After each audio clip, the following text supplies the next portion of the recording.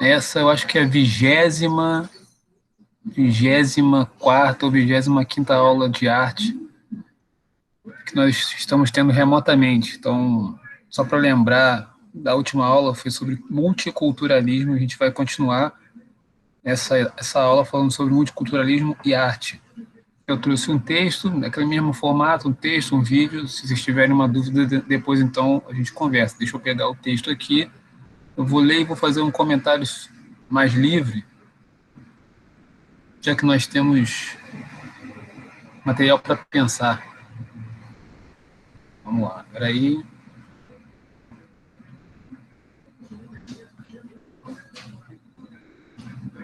Isso é essa aqui ou é essa aqui? Não, essa é outra.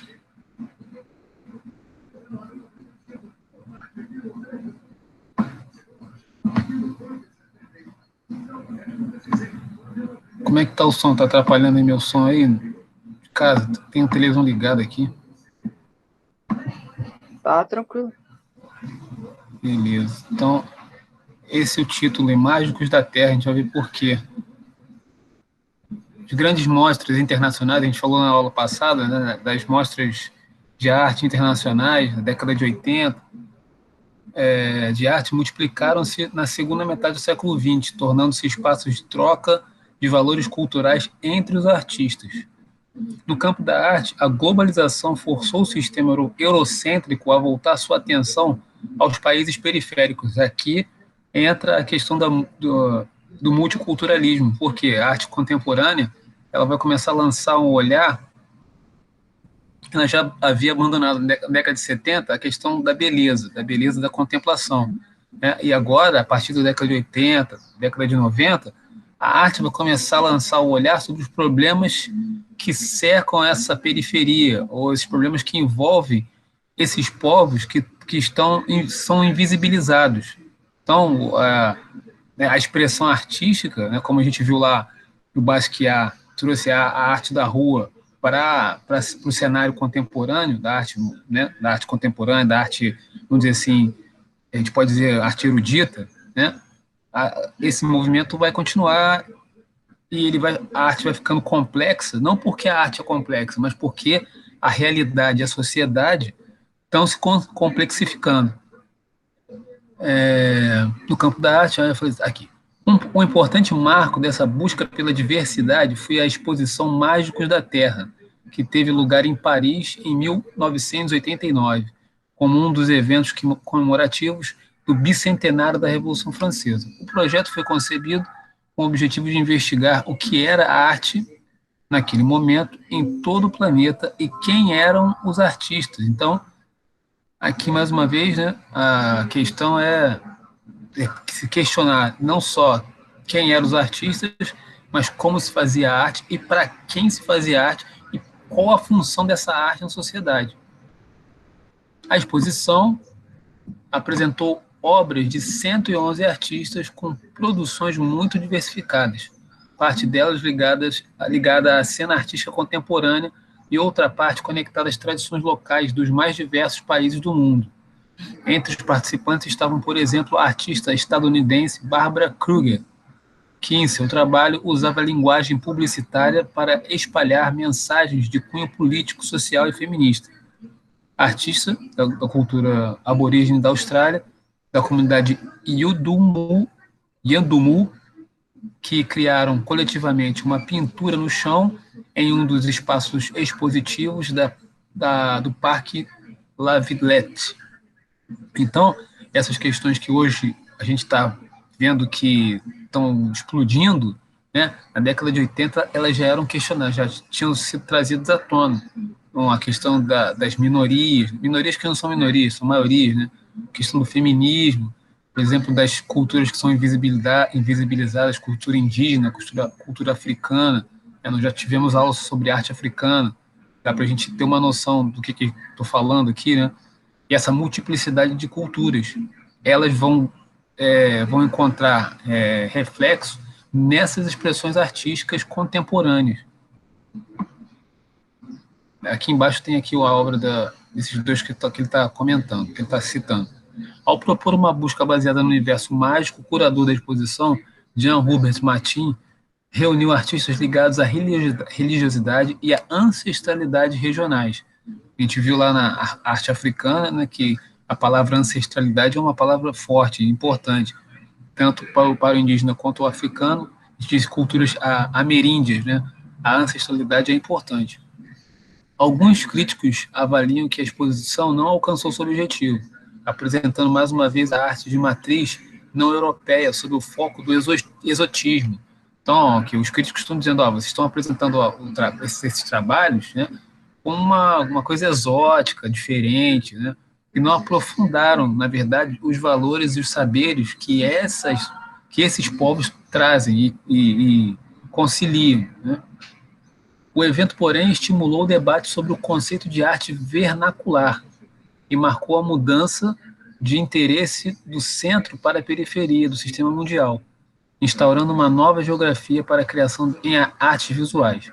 Essa atitude iria dominar a cultura no início do século XXI. Então, aqui tem os trabalhos que ele citou, da artista a Barbara Kruger. A artista participou do Times Square Show, que foi aquele mesma exposição que o Jean Basquiat participou na década de 80, que a gente viu na última aula, em Nova York, com seus primeiros cartazes em preto e vermelho, que carregavam mensagens políticas. Nesse trabalho, realizado numa exposição, Mágicos da Terra, ela chama a atenção das mulheres para a importância de seu corpo e o direito de decidir sobre ele. Então, aqui, o corpo, né, é o meu lugar, né? Sou eu que decido sobre as coisas. Essa é uma bandeira feminista, né, que é trazida para a arte. Aqui do outro lado, tem a obra dos membros da comunidade indígena. Vou colocar aqui, mais para vocês verem mais para baixo. É um tapetão grandão. Foi feito lá enquanto eles faziam a exposição. 6 membros da comunidade aborígene e o Endumu, da Austrália, realizaram uma cerimônia no Grande Halley, um galpão de exposição situado no Parque La Villette, que culminou na criação de uma pintura feita no chão usando terra. Então, tudo isso aqui que vocês estão vendo aqui é terra. Esse tapete grande aí é feito de terra. Vamos aqui para terminar o texto aqui, para a gente ir para o vídeo. No Brasil, foram convidados para a exposição o carioca Ronaldo Pereira Rego, que participou com 20 esculturas de ferro, o baiano Descóredes Maximiliano dos Santos, Deuscóredes, e o mestre Didi, que mostrou 11 esculturas feitas de fibra de folhas de palmeiras, ráfia, couro, conchas e pérolas, e o carioca Cildo Meirelles, que apresentou a instalação Missões, como construir catedrais. A próxima página a gente vai ver essas obras. Deixa eu diminuir aqui que a gente vai ver. Peraí.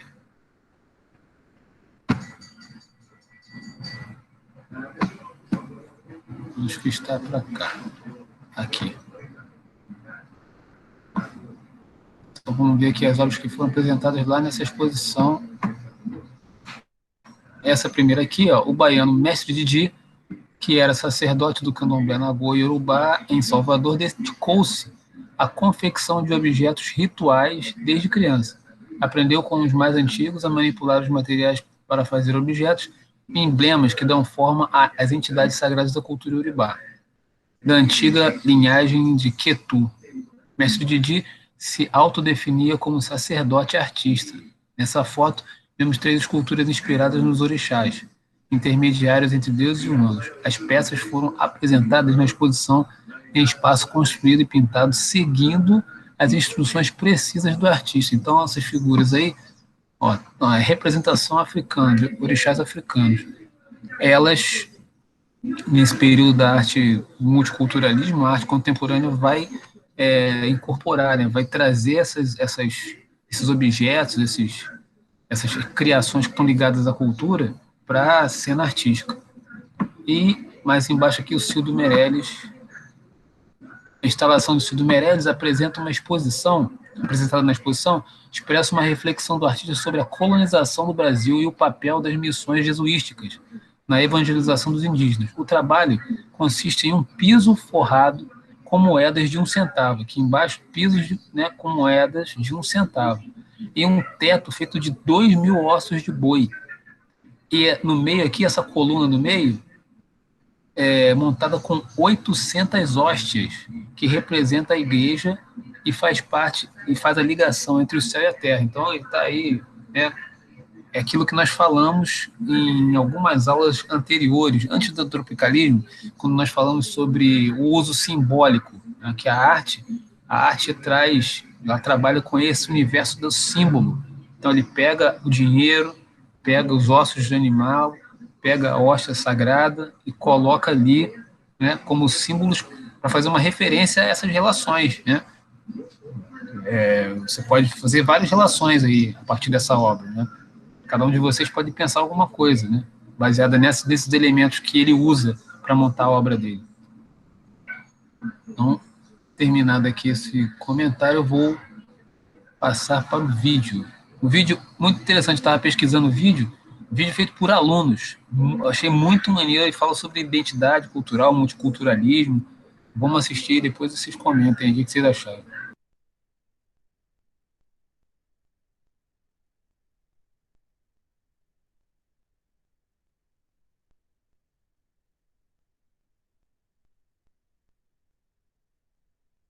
Meu nome é Paloma e hoje eu vou falar sobre uma tese que estamos estudando. Falar não, eu vou desenhar. Ou melhor, quem vai desenhar é o Richard, que é o único do grupo que sabe fazer isso. E essa tese é mais ou menos assim. Ao surgir na sociedade, o indivíduo, por sua vez, nasce como uma folha em branco a ser preenchida, ou seja, nasce com a consciência desprovida de qualquer conhecimento. Com isso, podemos concluir que, em tese, todos os indivíduos da sociedade nascem iguais. Esse pensamento surgiu no século XVII e foi criado por um filósofo chamado John Locke e denominado como tábula rasa.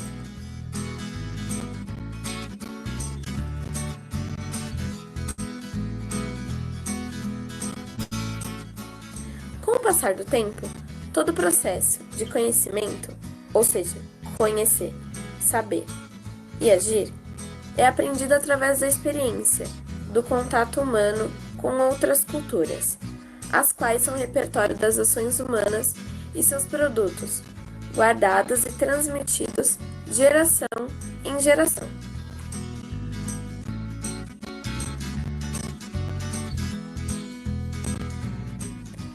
Partindo dessa ideia, é possível falar em dois tipos de cultura: a cultura material e a cultura imaterial, sendo esses elementos concretos, como roupas, armas e habitações.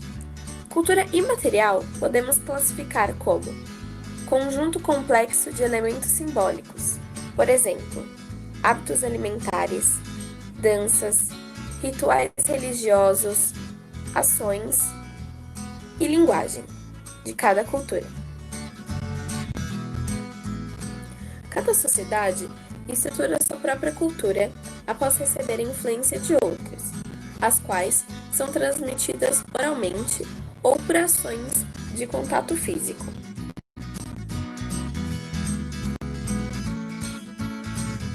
No entanto, a vida urbana e a cultura de massa promovem um processo de homogeneização cultural, ou seja, todos os indivíduos passam a seguir o mesmo padrão de cultura, que é imposto pela mídia e outros poderes superiores. Esse padrão contém símbolos e interesses universais, tais como culto a marcas famosas, consumismo e a busca de uma beleza padrão. Assim, ocorre uma perda gradual do que chamamos de identidade cultural.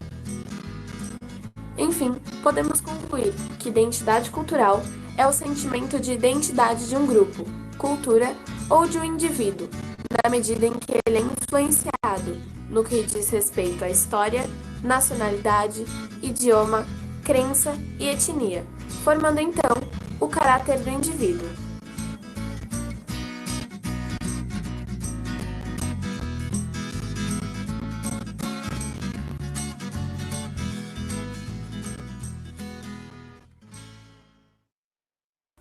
Após essa explicação, eu vou dar um exemplo rápido de como essa teoria ocorre na sociedade. Bom, o indivíduo, como eu já havia dito, surge na sociedade como uma folha em branco, desprovido de qualquer conhecimento ou hábito. Após algum tempo, esse indivíduo se depara com outras culturas, hábitos e formas de agir, e passa a obter para si mesmo alguns desses costumes, formando um indivíduo totalmente diferente de outro já existente.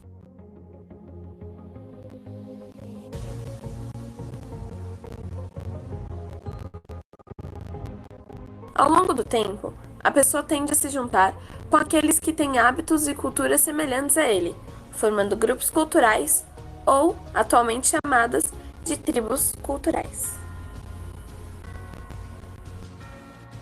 Dessa forma, a composição de diversos indivíduos com hábitos e costumes diversificados formam o que conhecemos por sociedade.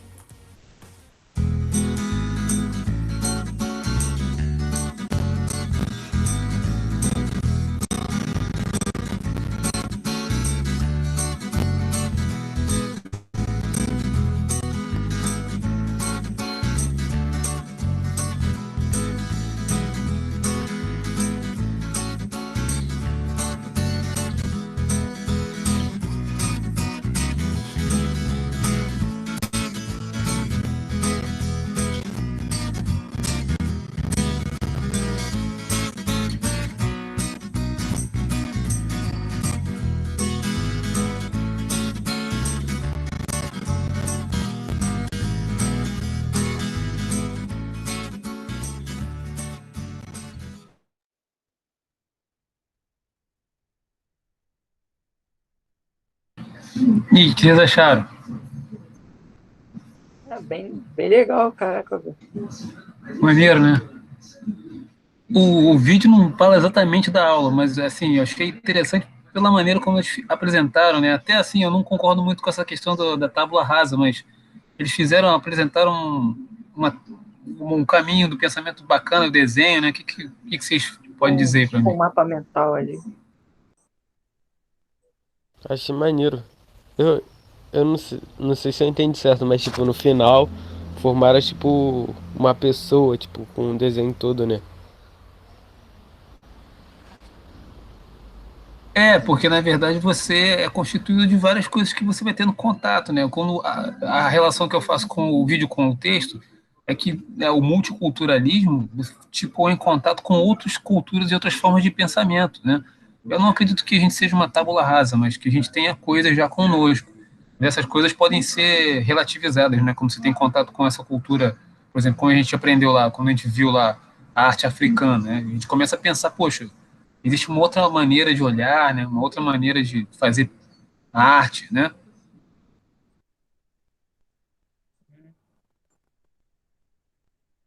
Não sei o que vocês pensam sobre isso. Ah, Fala aí, Lohan. eu achei até bem interessante esse negócio aí também, ainda mais hoje em dia, onde você ter acesso a outros meios culturais é muito mais fácil. Então, cada vez mais, além de ser homogeneizada, né, como tá hoje, também não é tão difícil você ter contato com uma outra cultura, como através da internet, não só pelos meios de propaganda, como a televisão e tal. Se você quiser, você pode, por conta própria, entrar em contato com uma outra cultura. Isso tem a ver também com a aula que a gente que a gente teve, falando sobre cultura de massa, né? Indústria cultural. Ele cita de novo aqui, né?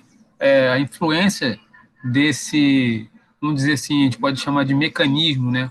Esse mecanismo que, como você falou aí, ele homogeneiza, né? O texto que eu trouxe para vocês mostra o contrário, regionaliza, mostra as diferenças, né?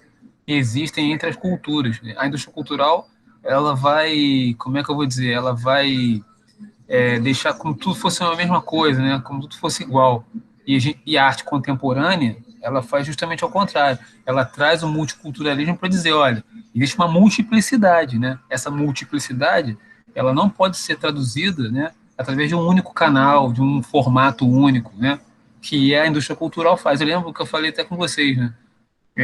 Se vocês não se tornam pessoas críticas, excelente para a indústria cultural, porque ela quer que vocês consumam sem criticar, sem, né, só aceita ali, assiste, aceita e consuma. Assista, aceita e consuma. Não para pensar ou, né, não questiona, né, por que aquilo está sendo veiculado.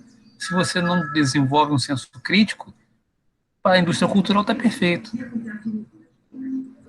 Comentários? Verdade.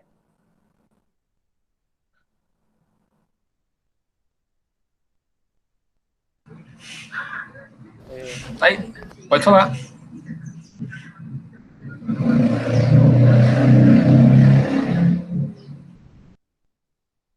Pô, tem umas coisas que eu não concordei tanto no vídeo, mas concordei. Tipo, o negócio lá de cultura, que pessoas que têm gostos parecidos se juntam. Tipo, isso é verdade, só que não é ao mesmo tempo. Porque, sei lá, eu conheço muitas pessoas que têm os mesmos gostos que eu.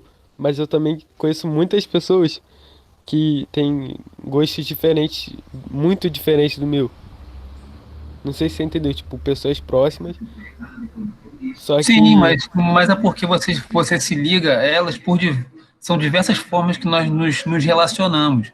Por exemplo, a gente gosta do mesmo tipo de som, né? A gente gosta, vamos dizer, a gente gosta de samba, né? Mas isso não quer dizer, né, que pelo fato de vocês dois gostam de samba, mas a pessoa que gosta de samba assim como você também pode ter outros gostos, pode ter identificação com outras coisas, né? Vocês não vão deixar de se falar por causa disso. É isso? também, é. É por causa da multiplicidade, né? A multiplicidade é que dá a possibilidade de nós nos relacionarmos com pessoas diferentes, né? Tanto pessoas que pensam como a gente, né? Gostam, têm os mesmos, se identificam com as mesmas coisas, tanto quanto, né, com pessoas que não se identificam com aquilo que a gente se identifica, né? Esse multiculturalismo também possibilita que nós nos relacionemos com pessoas de diferentes pensamentos, né, estilos, né? Eu acho que é isso. Não sei se eu contribuir para tua fala aí. Contribuiu sim, professor. Eu acho que é mais tipo que essas pessoas que gostam da mesma coisa e se juntam, não é necessariamente de um gosto, mas sim de um costume. Tipo, pessoas que têm a mesma religião vão à mesma igreja, ou que gostam do mesmo tipo de música assistem o mesmo show. Acho que esse fato de delas se juntarem não é só exatamente de um gosto, mas sim de algum costume ou alguma coisa que elas têm em comum. Elas não necessariamente se gostam, mas gostam da mesma coisa. Então, vocês estão começando aí como é que eu vou dizer, está complexificando a questão, porque é exatamente isso. Por exemplo, foi o que o Luan falou, né? Pegando o teu exemplo, Luan, se nós estamos na igreja, mas mesmo assim, nós nos reunimos ali por uma única causa. Mas, no entanto, isso não quer dizer que todos sejam iguais. Entende o que eu quero dizer? Ali dentro ainda mais numa igreja, você pode ter pessoas que curtem rock, que curtem samba, que curtem jazz, que curtem pagode, mas que no momento, por uma causa, elas se reúnem ali, não é verdade? É, Isso é complexo. Ah, eu acho que isso daí também, tipo, de ir pra igreja, é, se enquadra também como um gosto, porque a pessoa meio que vai lá porque gosta, ou porque, sei lá, tem que ir. É algo, meio que um gosto, de certa forma. Pode ser, mas pelo que o Lohan falou, é um hábito e um costume, também tem a ver com hábitos e costumes, com práticas, né? As práticas religiosas, né? Mas usando esse exemplo, né, dentro da igreja a gente tem uma multiplicidade de estilos, de gostos, de pensamentos, né? Sim, sim.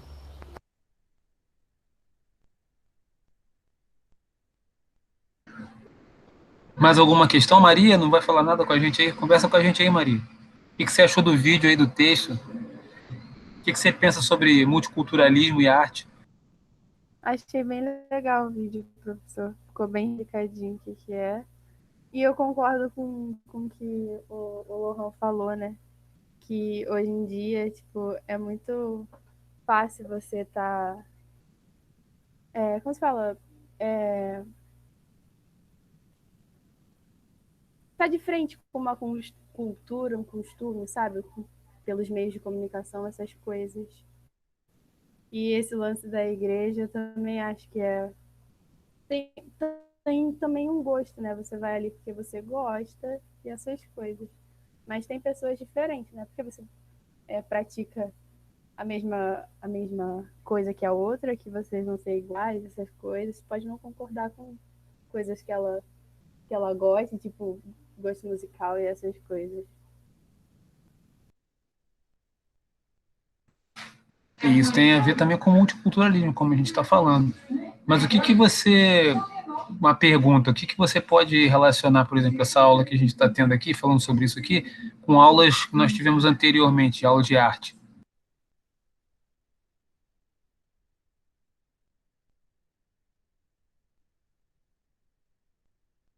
Pergunta para Maria e para todo mundo aí, pode responder.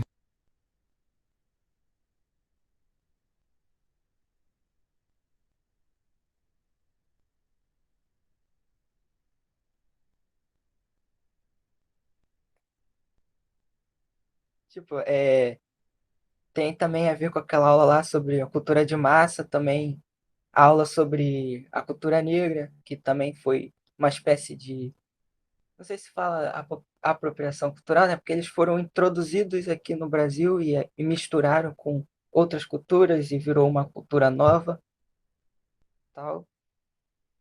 E hoje em dia também com a própria cultura de massa, da homogeneização de a cultura virar um mercado. Lohan já começando a fazer algumas relações interessantes. E aí, Luan e Maria, o que que vocês têm a dizer para a gente fechar aí? Tô pensando ainda, tô pensando aqui. Tô vendo a fumacinha daqui, ó.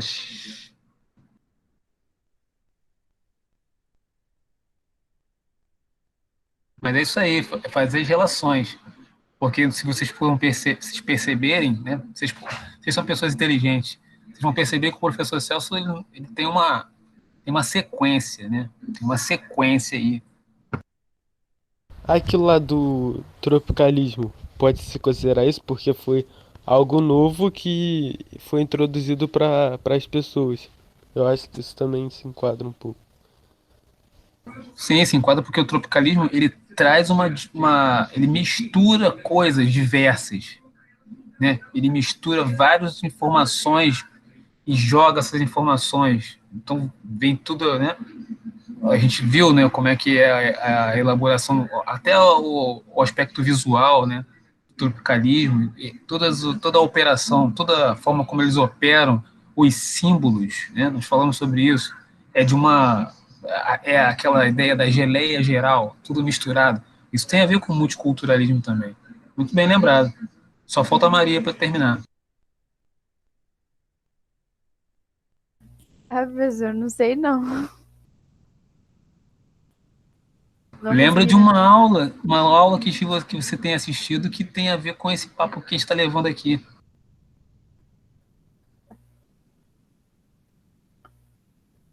Não lembro não, professor. Sou muito esquecida. Nenhuma aula você lembra que tem a ver com esse papo aqui? Essa é a 26ª, eu acho. Deixa eu ver, acho que é a 26ª ou 25ª aula. 24ª aula. Dei meu caderninho aqui. Ih, caiu. Tô aguardando. Só falta a Maria. Vamos lá, Maria. Se quiser ajudar aí, Lohan e Luan, pode ajudar.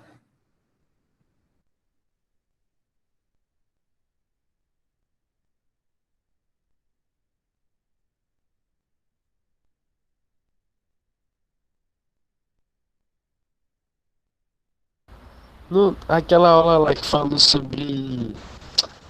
Eu não lembro o nome especificamente, mas que falou que quando a gente vê alguma arte, a gente interpreta de uma forma dependendo do nosso próprio conhecimento. Mas, tipo, a outra pessoa que vê, ela tem conhecimentos diferentes, então ela interpreta de outra maneira. Isso tem a ver também, não tem? Podemos fazer essa relação. Essa aula que você está falando tem a ver com foi experiência estética. Experiência Pô, estética, isso aí. as primeironas lá do início do ano. Isso aí, poxa, legal, boa relação.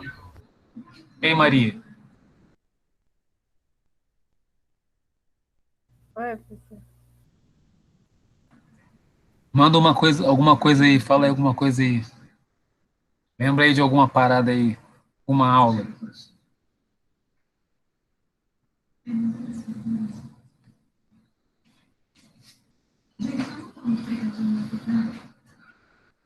Nenhuma aula que você lembre assim que a gente tenha feito que tem a ver com esse assunto aí que a gente está tratando hoje? Você Não, assistiu que tem a quase ver, todas. Não, você que assistiu quase talvez. todas as aulas. Mas eu não lembro. Eu sou muito esquecida, professor. É sério. E dessa aula aqui, o que te chamou a atenção? A aula de hoje. Que me chamou a atenção.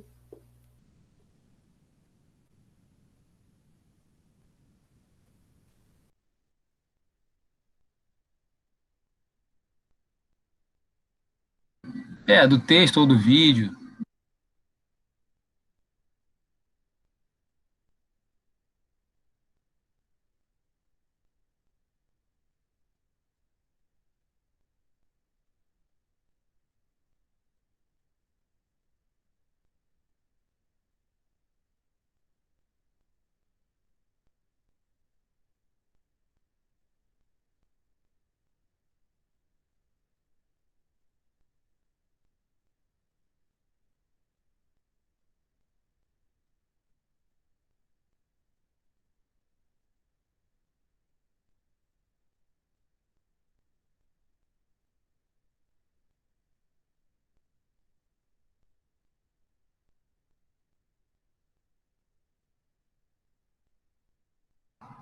Não lembra de nada?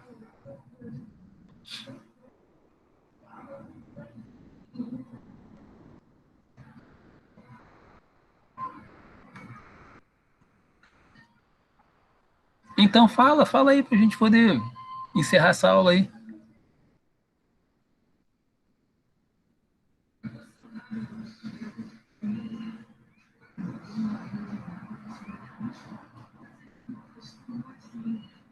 Abre o microfone aí.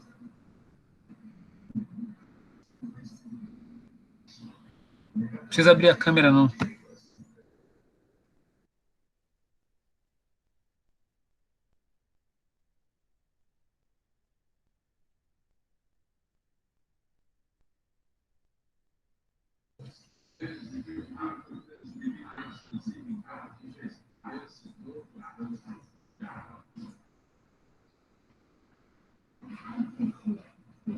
Pô, eu lembro de um negócio que aconteceu que você estava até durante uma aula. A gente estava tendo aula e você falou, a sua mãe estava rezando em casa. Eu falei, poxa, que coisa interessante aí, vai abençoar a nossa aula. Multiculturalismo. Dei o exemplo para Maria.